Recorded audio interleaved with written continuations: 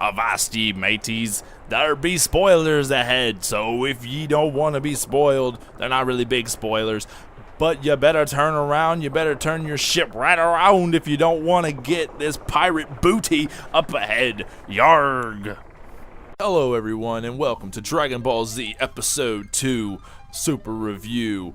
We're gonna get into this one, but first I got a disclaimer after the disclaimer that you already heard. There is absolutely positively no black in this episode, so if you want your daily dose of black, you will not get it in episode 52. Stay far away from episode 52. If you don't mind not having black in an episode, then stay tuned. We're gonna get right into it. We open up with Bulma working on the time machine with Pilaf and the gang and her parents. Now, fortunately for Bulma, she has a crew that knows their way around some machinery and some mechanics because they have worked with Pilaf, who has had many machines that they have all created. So they know what they're doing. Bulma lucked out with that one. So everybody is getting the pieces together, fixing the time machine. It's going swimmingly. The time machine's looking great. It's all cleaned up, and they're putting together all the pieces. It's just a great time for everybody. And then we go on. Bulma asks specifically for something. Trunks, coming in, trying to get in Mai's good graces again, comes in and he wants to help them find a piece that they need. Needs some kind of square thing. I'll give him props. He does pick out some square stuff, but Trunks proceeds to grab some calculators and a picture of Hercule. Oh, I think it was a clock with Hercule's face on it. And he's actually annoying Mai, trying to impress her by getting the right piece. And she's like, if you don't know what you're looking for, then just don't talk to me. Let me focus and let me do this. I gotta do this for the love of my life. I shouldn't say all that, but anyway. He sees a little saw. This is a funny moment. And he puts the saw around his shoulder, and he looks like he's like having like a sheath and a sword. So he's just kind of standing there trying to be a badass. And she looks at him just like, what the hell are you doing? And his heart is broken. Poor guy. Poor guy. Cannot feel worse for Trunks if you tried. But then we cut to Vegeta, and fuck just tapping the button on those machines. Vegeta is feeling fearful right now, and he is not fucking around. He is blowing shit up in that gravity retraining room. He's just destroying those robots, which is weird because they had like a safety function that stopped the training when he destroyed one, but I guess he turned that shit off because he is pissed and he's just blowing. It's a badass scene though. He's remembering everything that he's heard about what happened to his future family, and he is not taking that. He just gets so mad, he just starts to destroy all the machines, and he's cursing and everything. He is not in a happy mood. As we leave him and his hardcore training, Goku can't train because nobody wants to deal with his ass. So he's just sitting around while Whis is trying to investigate the situation with Black. So that's their thing. We cut to Trunks at that point. He's having some bad dreams, having that PTSD type of thing going on, where he wakes up imagining Mai getting killed by Goku Black. Strangely, the way that he did kill his mother, but he wakes up when he realizes that he's back in the present time. So he tries to get it out of his head and goes to see what's going on with the time machine. Everybody, they give him the news, and surprise, surprise, the one important thing from the arc between this and Universe 6, the blue goo, we find out is, who would have saw this coming? I think we all did, but you know, as Geekdom would say, you are great prognosticators, as am I, because I thought the same thing. As it turns out, that is the liquid that she needs to fuel the time machine. Convenience at its greatest.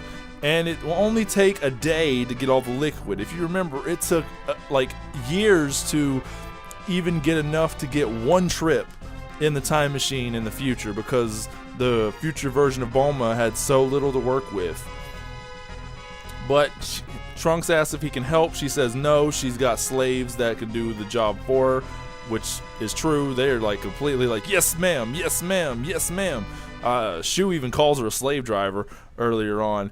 So Trunks goes outside trying to get his mind off of the PTSD in his head, I'm sure. He goes to talk to Krillin and Piccolo, and he asks them how Gohan's doing. Piccolo informs him. At this point, Piccolo's kind of... Okay, this episode, if if you want to make an analogy, this episode is not a super important episode. If you want to put it this way, the rest of the episode was the meat and potatoes of this arc thus far. This is the salt that is more of an analogy than you can imagine, because there's a lot of salt in this episode in many ways. And we'll get to that a little bit later. Don't you worry. We will talk about that. But anyway, Piccolo talks for, basically he's talking to let people know. He's pretty much telling people at this point to stop getting your hopes up about Gohan. He tells Trunks straight out that don't get your hopes up about Gohan. He's not going to be coming to the future. He has left martial arts behind. This is a guy who has trained with Gohan. So Gohan has obviously told him this. Even though he had his fire lit, it obviously dulled down, because even Piccolo, the guy who he was training with, says that don't get your hopes up because he's not a fighter anymore. So just keep that in mind when you want to make all these little theories about Gohan coming back. Piccolo is the voice of Dragon Ball at this moment. Listen to him. He is not lying to you. He's not lying to Trunks, and he's not lying to us. At this point, it's where Trunks reveals that Gohan was indeed his teacher in the future, which he's never mentioned before. But we get a little cut up version of the special with him and Gohan, where they are about to go fight the androids. But Gohan, he knocks him out, Trunks. But Gohan knocks Trunks out so that he doesn't risk his life, because essentially Gohan knows he's going on a suicide mission. And then Trunks goes Super Saiyan. They don't say for the first time. I guess they're trying to keep it so that it can still kind of go with the manga if you want to go with it. But honestly, in my opinion, the Future Trunks thing was done way better in the anime than the manga. There's few things that the anime did better than the manga, but that's definitely one of them. So anyway, Krillin says, why don't you go visit him? So Trunks goes to visit Gohan. And on the way, he gets another little PTSD moment where he sees the destroyed version of the place that Gohan is at, giving a conference, and waits outside for him. And finally he comes out, and Gohan comes up and says something very funny. He's like, Trunks! Oh! Trunks barely even recognized him, by the way. he had to notice Trunks in order for him to know who he was. Then he's like, Gohan, and so Gohan says, I haven't seen you since I defeated Cell, which is hilarious to see coming from that face of Gohan. Then Trunks reminisces about how he used to be, and he's like, he don't feel that power that he had when he was a child. Like, it's not the same as it was before. Though I will say, Gohan does look a little bit better in this episode than he did in the Resurrection of F arc. So there is that. It is possible that he had trained a little bit, at least enough to get his muscle back, because he doesn't look like such a skinny fuck in this one. Anyway, Gohan treats Trunks to some ice cream, gives him some chocolate ice cream, then proceeds to show how he makes Videl a happy lady at night. But other than that, he has the idea that, hey, come to my house, after this we'll go have a good time at my house. So Trunks goes to his home, and he meets Mr. Satan, or Hercule in the dub, and Videl, his wife. And he recognizes Hercule, but Hercule mistakes that recognition for being famous in the future, because he's freaking Hercule and he thinks he's the shit. So he's like, oh my god, I'm famous in the future too? Okay, well, even though we know how Trunks met him. But we also get to see Pan, and Pan has really grown into a really strong person as she starts hitting everybody with her bottle of liquid.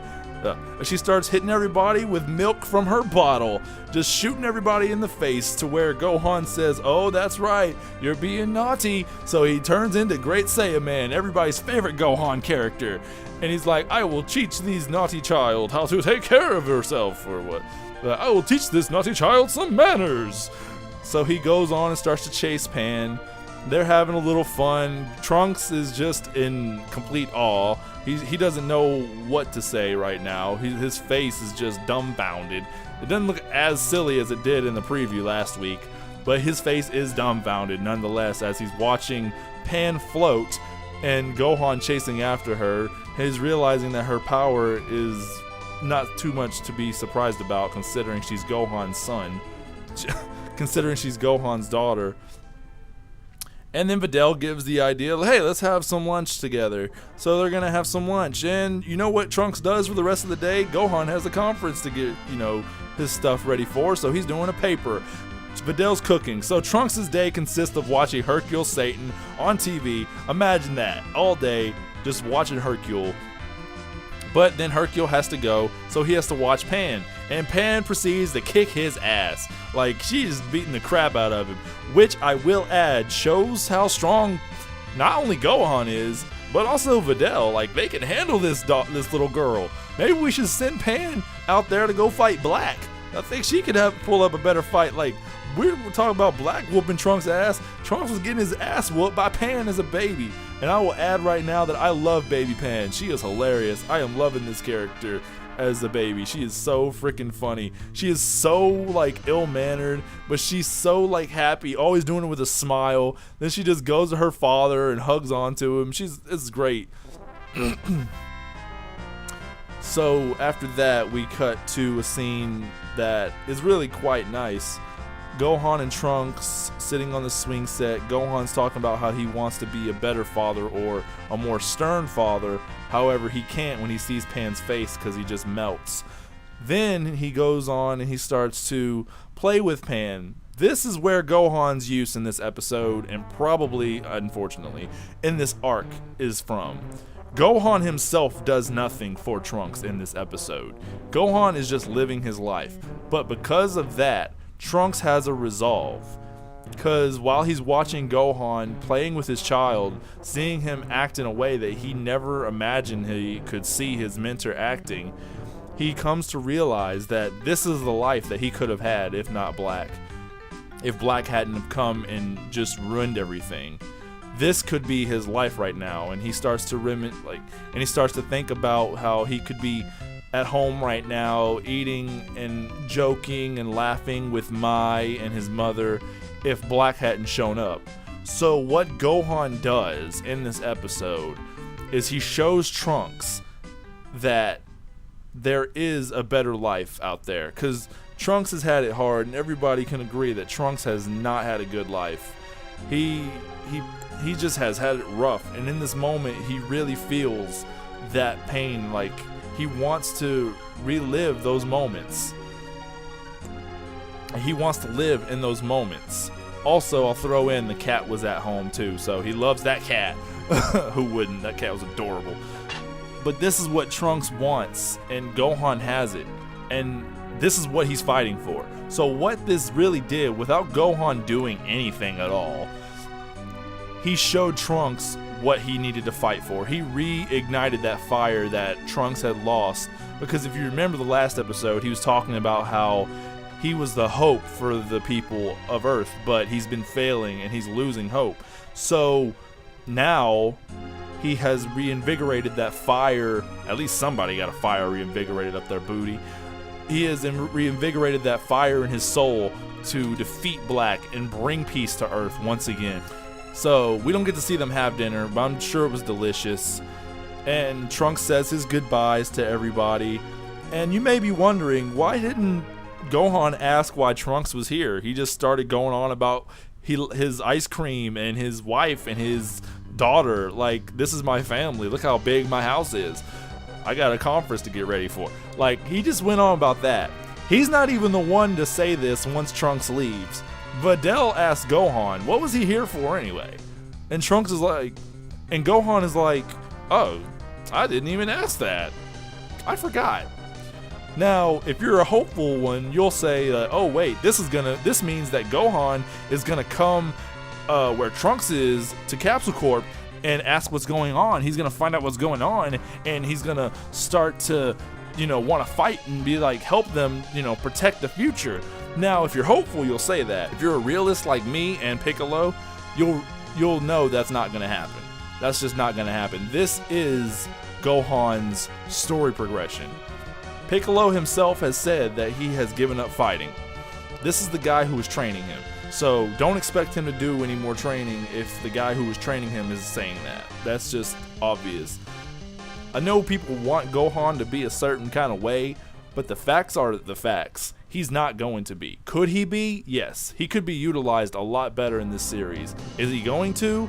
No. We have had multiple little teases with Gohan, with the training to protect my family, with the possibility of being a contestant in the tournament in Universe 6 arc, but all of it has fallen down every time. And Piccolo pretty much put the nail in the coffin in this episode when he said that Gohan was no longer a fighter. He was a scholar. That is who he is now.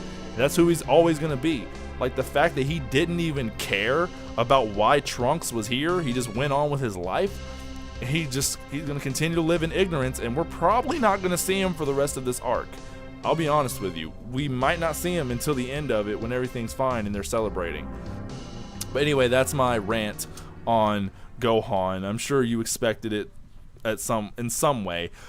So Trunks leaves and we go back to Capsule Corp. Trunks is being Mai's bitch, trying to bring her good graces, brings her a big piece of meat. And it works for a moment until Trunks comes out looking all dapper in the clothes that Bulma left for him out, and looking all nice and fresh and clean, where he cock blocking himself again. Looks really young actually in this new outfit that he's in. I don't know why, but he looks really young in this outfit. And he came in, he's like, oh, I'm sorry I'm late. And, you know, he's feeling good now. He's happy for once since he's been here because of what happened with Gohan. So he got cleaned up. He got all nice and clean and notices that Goku's not here. Then we find out that they may know who Black is. That's right. Black may be from Universe 10. Whis has figured out. He has cracked the case. And he is taking Beerus and Goku, because nobody wants anything to do with Goku. Goku's going with, to Universe 10.